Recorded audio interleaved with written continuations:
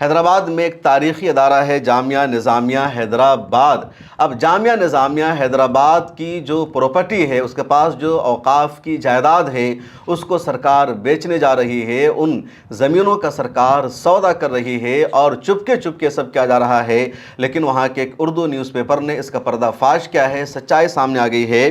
اور 1-2 کٹھا زمین کا معاملہ نہیں ہے، بلکہ جامعہ نظامیہ کی جو اوقاف کی جائیداد ہے، اس میں سے 10 ایکڑ کو سرکار نے بیچنے کا پلان بنا لیا ہے۔ حیدرآباد سے تیلگو زبان میں ایک نیوز پیپر نکلتا ہے جس کا نام ہے ایناڈو، اور اس ایناڈو نیوز پیپر میں ایک اشتہار شائع کیا جاتا ہے تلنگانہ انفراسٹرکچر کارپوریشن کا، اور اس میں کہا جاتا ہے کہ 11 اگست کو بولی لگائی جائے گی 10 ایکڑ زمین کی، اور بولی کا آغاز ہوگا 175 کروڑ روپے فی ایکڑ زمین سے، اور یہ بولی لگائی جائے گی ٹی ہب ایک جگہ ہے وہاں۔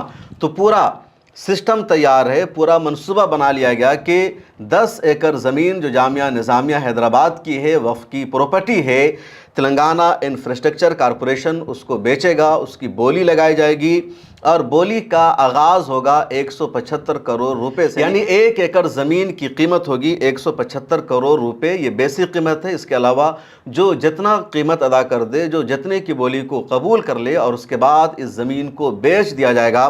ابھی جو جائیداد ہے جامعہ نظامیہ کی ہے، وقف کی جگہ ہے، اور جامعہ نظامیہ کے ذمہ داروں نے اپنے لوگوں سے اپیل کی ہے کہ ہمیں اوقاف کی جائیداد کو بچانا ہے۔ سرکار ہڑپنے کی کوشش کر رہی ہے، لیکن ہم اس کو کامیاب نہیں ہونے دیں گے۔ تلنگانہ میں کانگریس کی سرکار ہے، کانگریس کی سرکار نے اپنے یہاں باضابطہ ایک بل بھی پیش کیا تھا کہ جو وقف امینڈمنٹ ایکٹ آیا ہے مودی سرکار کا، اسے تلنگانہ میں نافذ نہیں کیا جائے گا، لیکن خود تلنگانہ سرکار اوقاف کی جائیداد کی دھجیاں اڑا رہی ہے، اوقاف کی جائیداد کی نیلامی کر رہی ہے۔ آپ کو جان کر بہت حیرانی ہوگی کہ حیدرآباد کا راجیو گاندھی انٹرنیشنل ایئرپورٹ جہاں پر بنا ہوا ہے، وہ بھی وقف کی جائیداد تھی، اور اس وقت بھی وہاں کی حکومت نے وقف کی جائیداد کو ایئرپورٹ بنانے کے لیے دے دیا، کوڑی کے بھاؤ سے بیچ دیا گیا، اور اب جامعہ نظامیہ کی جائیداد کو زمین کو بھی نیلامی کرنے کا، یا اسے تلنگانہ انفراسٹرکچر کارپوریشن نے بیچنے کا منصوبہ بنا لیا ہے۔ حیدرآباد میں اوقاف کی بہت زیادہ جائیداد پائی جاتی ہے، پراپرٹی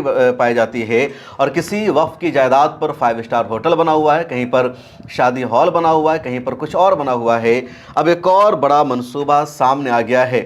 حیرت کی بات یہ ہے کہ جہاں کانگریس کی سرکار ہے، جہاں آل انڈیا مجلس اتحاد المسلمین کا ہیڈ کوارٹر دارالسلام ہے، جہاں سے اسد الدین اویسی صاحب آتے ہیں، وہاں بھی اوقاف کی جائیداد کی لگاتار دھجیاں اڑائی جا رہی ہے۔ ایک اور خبر سامنے آئی ہے ممبئی سے۔ ممبئی کے گونڈی میں ایک 4 منزلہ اسکول تھا، کافی پرانا اسکول، اور اس اسکول کو بی ایم سی نے کہا کہ اللیگل ہے، غیر قانونی ہے، اس کا نقشہ پاس نہیں ہے، اس لیے اس کو بلڈوز کر دیا جائے گا۔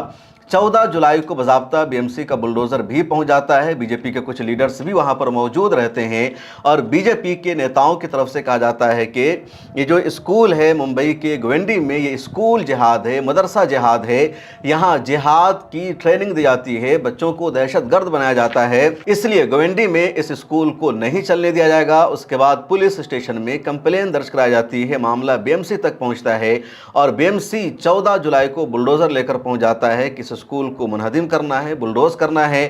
پھر اسکول کی انتظامیہ نے بمبے ہائی کورٹ کا دروازہ کھٹکھٹایا، اور وہاں انہوں نے ثبوت پیش کیا اور کہا کہ یہ جو اسکول ہے نقشہ پاس کر کے بنایا گیا ہے، بی ایم سی کا جو بھی رول ہے، جو بھی ضابطہ ہے، اس کو ہم نے فالو کیا ہے، اور اگر بی ایم سی کو لگتا ہے کہ ہم نے ضابطے کی پیروی نہیں کی ہے، ہم نے غیر قانونی طریقے سے اسکول بنایا، تو پہلے ہمیں نوٹس بھیجا جائے، ہم سے ٹائم مانگا جائے، ہمیں اپنی بات رکھنے کا موقع دیا جائے، لیکن نہ تو سپریم کورٹ کی گائیڈ لائنز کی پیروی کی گئی ہے، نہ بمبے ہائی کورٹ کی جو گائیڈ لائنز ہے اس کو فالو کیا گیا، اور سیدھے بلڈوزر کے ذریعے کارروائی کی گئی، اور ہماری کچھ عمارتوں کو نقصان پہنچایا گیا۔ بمبے ہائی کورٹ نے بلڈوزر کی کارروائی پر فی الحال روک لگا دیا ہے، اور بی ایم سی سے کہا گیا ہے کہ سپریم کورٹ کی جو گائیڈ لائنز ہے اس کو فالو کیا جائے، اور اسکول مینجمنٹ کو اپنی بات رکھنے کا موقع دیا جائے۔ اس اسکول کا نام ہے تہذیب اسلامک انگلش اسکول، گونڈی میں ہے، 600 سے زیادہ اسٹوڈنٹس یہاں پر پڑھتے ہیں، اور جب बुलडोज़र की कार्रवाई हो रही थी। उस वक्त बीजेपी के एक लीडर है किरीट सोमिया, वो भी वहाँ पर पहुँची थी, जय श्री राम के नारे लगा रही थी और अपनी जीत का जश्न मना रही थी। अब स्कूल की इंतज़ामिया ने कहा कि बुलडोज़र के ज़रिए स्कूल को कुछ नुकसान पहुँचाया गया, कुछ हिस्सों को तोड़ा गया, लेकिन स्कूल का असल ढांचा अभी भी बाकी है और यहाँ तालीम जारी है, किसी तरह की कोई प्रॉब्लम नहीं है। और बम्बे हाई कोर्ट से, उसके बाद सुप्रीम कोर्ट से हमें उम्मीद है कि इंसाफ मिलेगा और इस स्कूल को तोड़ने की, मुनहदम करने की जो साजिश है इसमें इनको कामयाबी नहीं मिलेगी। और आइए अब आपको बताते हैं एक और अहम तरीन खबर। इलाहाबाद हाई कोर्ट ने कल एक अहम तरीन फैसला सुनाया एक केस में, और तबसरा करते हुए इलाहाबाद हाई कोर्ट ने कहा कि अगर कोई बालिग लड़की है और अगर वो बालिग लड़की अपनी मर्ज़ी से इस्लाम कबूल कर रही है, अपनी मर्ज़ी से वो किसी से शादी कर रही है या अपनी मर्ज़ी से कोई भी फ़ैसला कर रही है, तो किसी को भी उसके फ़ैसले में मुदाखलत करने का, इंटरफेयर करने का कोई हक़ हासिल नहीं है।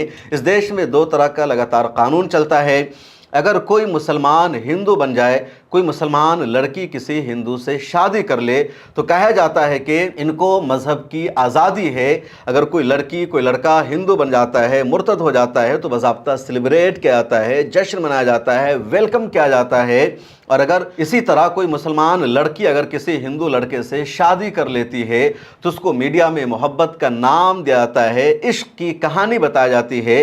लेकिन अगर मामला इसका उल्टा हो, कोई हिंदू अगर मुसलमान बन जाए, तो फिर कहा जाता है कि ज़बरदस्ती धर्म परिवर्तन कराया गया है, उसका मज़हब तब्दील कराया गया है और उस पर दबाव बनाया जाता है। शामली के आयुष मलिक का मामला ताज़ा है। आयुष मलिक ने अपनी मर्ज़ी से इस्लाम कबूल किया, लेकिन उस पर दबाव बनाया गया। उसके रिश्तेदारों को, जिससे उसने शादी की थी, उसको परेशान किया गया और उसके बाद दोबारा उसको मुर्तद होने पर, यानी हिंदू बनने पर मजबूर किया गया। और इस तरह के कई मामले सामने आए हैं। इसी तरह अगर कोई हिंदू लड़की किसी मुसलमान लड़के से शादी करती है, तो उसको लव जिहाद का नाम दिया जाता है। अब इन तमाम मामलों पर सुनवाई की इलाहाबाद हाई कोर्ट ने, और इलाहाबाद हाई कोर्ट ने एक तारीखी फैसला सुनाया और कहा कि अगर बालिग लड़की अपनी मर्ज़ी से इस्लाम कबूल करती है, अपनी मर्ज़ी से किसी शख्स के साथ वो शादी करती है, किसी के साथ रहना चाहती है, तो ये उसका अपना फ़ैसला है और उसके फ़ैसले में कोई इंटरफेयर नहीं कर सकता, कोई मुदाखलत नहीं कर सकता, और ये तारीख़ी फ़ैसला है। और आइए आपको बताते हैं एक और अहम तरीन ख़बर। इसका ताल्लुक़ भी उत्तर प्रदेश के गोरखपुर से है। मामला है 1993 का। 1993 में बाबरी मस्जिद की शहादत को सिर्फ 1 साल हुए थे और देश भर में मुसलमानों ने उसके ख़िलाफ़ एहतजाज किया, प्रोटेस्ट किया, स्याह झंडा उन्होंने लहराया। 6 दिसंबर को मुसलमान हर साल ब्लैक डे भी मनाते हैं। अब 1993 में ही यूपी पुलिस ने मोहम्मद नईम को गिरफ्तार कर लिया और इल्ज़ाम ये लगाया गया मोहम्मद नईम पर कि मोहम्मद नईम ने पाकिस्तान जिंदाबाद का नारा लगाया है। मोहम्मद नईम ने कहा कि अगर बाबरी मस्जिद दोबारा नहीं बनी उस जगह पर, तो हम एक और पाकिस्तान बना देंगे।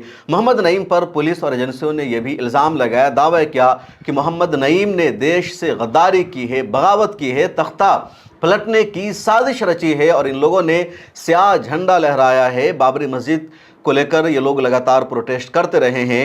1993 में मोहम्मद नईम को गिरफ्तार किया गया, उन पर बगावत का मुकदमा चलाया गया, लेकिन अब NIA की लखनऊ अदालत ने मोहम्मद नईम को बरी कर दिया और कहा कि मोहम्मद नईम पर जितने इल्ज़ामात लगाए गए थे उनमें से कोई भी साबित नहीं हो सका कि मोहम्मद नईम ने पुलिस के सामने पाकिस्तान जिंदाबाद का नारा लगाया था, हिंदुस्तान मुर्दाबाद का नारा लगाया था। इसी तरह मोहम्मद नईम ने पुलिस के सामने कहा हो कि हम एक नया पाकिस्तान बना देंगे या हम सरकार के फैसलों को तस्लीम नहीं करेंगे। ऐसा कोई भी इल्ज़ाम साबित नहीं हो सका मोहम्मद नईम के ख़िलाफ़। तो फाइनली 33 साल के बाद मोहम्मद नईम को रिहाई मिल गई है। मोहम्मद नईम का कहना है कि मैं शुरू दिन से कह रहा था कि मैंने देश से गद्दारी नहीं की है, बगावत नहीं की है, मैं देश के साथ हूँ। हाँ, जमहूरी तरीक़ों के मुताबिक प्रोटेस्ट करना, एहतजाज करना हमारा बुनियादी राइट है, लेकिन मेरे ऊपर झूठा इल्ज़ाम लगा दिया गया, मुझे पाकिस्तानी करार दिया गया, पाकिस्तान से कनेक्शन जोड़ दिया गया,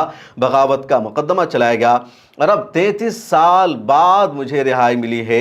मोहम्मद नईम की जो पूरी ज़िंदगी है, पूरी जवानी है, वो जेल में गुजरी और अब जब नईम बाहर निकले हैं तो उनको पहचानना मुश्किल है, उनकी शक्ल बदल गई है। और इस दौरान नईम के गांव वालों ने, मोहल्ला वालों ने, उनके इलाका वालों ने नईम और उनकी पूरी फैमिली को टॉर्चर किया, परेशान किया, गद्दार कहा, उनके ख़िलाफ़ नारे लगाए गए। लेकिन अब मोहम्मद नईम को बाइज़्ज़त रिहाई मिली है। तो ये सच्चाई है और इस तरह की कहानी दसियों मुसलमानों کی ہے جن کو بار بار اس طرح کی پریشانیوں کا سامنا کرنا پڑتا ہے۔